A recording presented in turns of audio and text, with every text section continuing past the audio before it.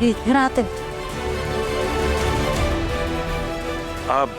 बाईसाहेब भाऊ, तुम्ही असं वस्तीवर आलाय, काय काम होतं का? नाही म्हणजे आम्हाला सांगायचं ना, आम्ही आलो असतो तिकडे. हो, तुम्ही कशाला तसदी घेतली? कामच इतकं महत्वाचं होतं ना, म्हणून मला स्वतःला यावं लागलं. या मुलीला भेटायचं होतं ना.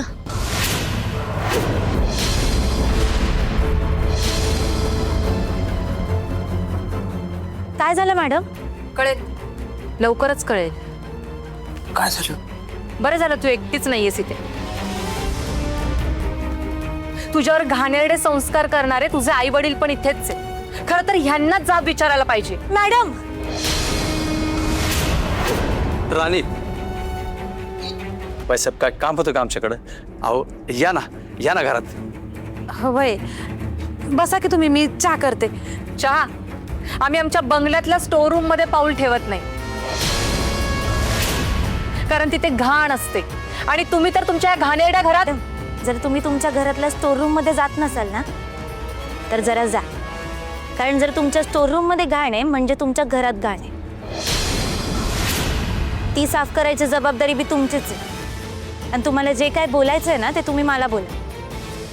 माझ्या आई वडिलांना काय बोलू नका. का? खरं ऐकायची लाज वाटतेय? या घरात चहा प्यायला बोलवताय ना तुम्ही आम्हाला? त्या घरात चहा प्यायची तर आमचीच गोष्ट आहे. त्या घरात नुसतं आम्ही पाऊल जरी ठेवलं ना, तर कित्येक महिने आमची चहा प्यायची इच्छा सुद्धा राहणार नाही. मॅडम, तुम्ही असं लय. नाही मॅडम, आम्ही गरीब आहे, बरोबर आहे तुमचं. आमचं घर बी लय साधं आहे, पण काय करणार, जे नशिबात आलंय ते गोड मानून सुखी राहतोय आम्ही त्याच्यातच. आमच्याकडे पैसे नाहीत, पण आमच्या घरी जर कधी कुणी आलं तर त्याची उठबस करायला आम्ही कधीच कमी पडत नाही. तुमचा पाहुणचार घ्यायला नाही आलो होत आम्ही इथे. बाईसाहेब, काय झालंय? काय काम होतं का माझ्याकडं? कामाशिवाय मी कधीच कुठे जात नाही. आणि काय झालंय ना, ते तुमच्या मूर्ख मुलीला विचारा. राणीकडनं काय चुकलंय का? चूक नकळत होते. तुमच्या मुलीने जे केलंय ना, ते ठरवून केलंय. या मुलीनी माझ्या इंद्राचं महागडं घड्याळ चोरलंय.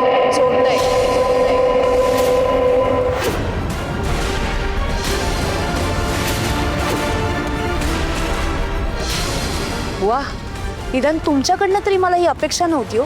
मला स्वप्नातही वाटलं नव्हतं तुमच्या मुलीवर तुम्ही असले संस्कार कराल. हा मॅडम, काय बोलताय तुम्ही? मी का चोरेन इंद्रजित सरांचं घड्याळ? अहो, ते घड्याळ चोरून मला काय मिळणार आहे? अहो, मी सांगते ना, ही काय करणार होती ती? तिला ते घड्याळ ऐकून का नाही पैसे मिळवायचं होतं. म्हणजे माझं थकलेलं भाडं दिलंय आणि ती बँकेत जी काय अफरातफर केलंय की नाही, ते समधी भरपाई की नाही हिला ते इंद्रजित साहेबांचं घड्याळ ऐकून करायची होती. कमला, का काय पण काय बोलतेस? कसं आहे, यांना पैशाची गरज होतीच हो बाईसाहेब. पण काय आहे, ही गरज अशी भागवतील असं वाटलं नव्हतं बरं का मला. अहो, बुवांनी आत्ता त्या बँकेच्या साहेबांना सांगितलं उद्या येऊन भेटतो म्हणून. आता उद्याचीच मुदत मागितली म्हणजे काहीतरी झोल असणार. आणि यो झोल हिनच केला असणार आहे.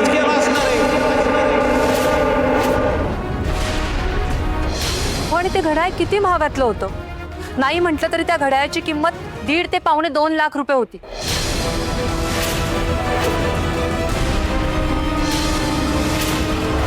आणि आई, हे दोघं जण बोलतायत ना, ते बरोबरच आहे.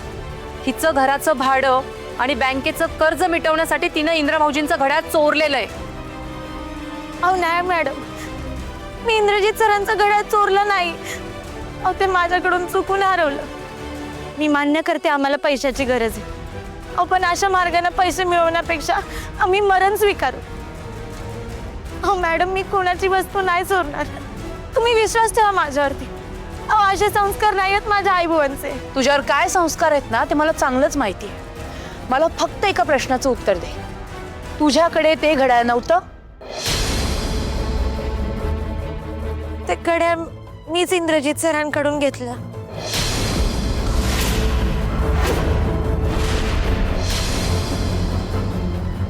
नाही, त्या बघ, हे तू तसा नव्हता ग. हे तुझा काय हेतू आहे ना, ते इथं नको सांगत बसूस. तू हे का केलंस ते सांग.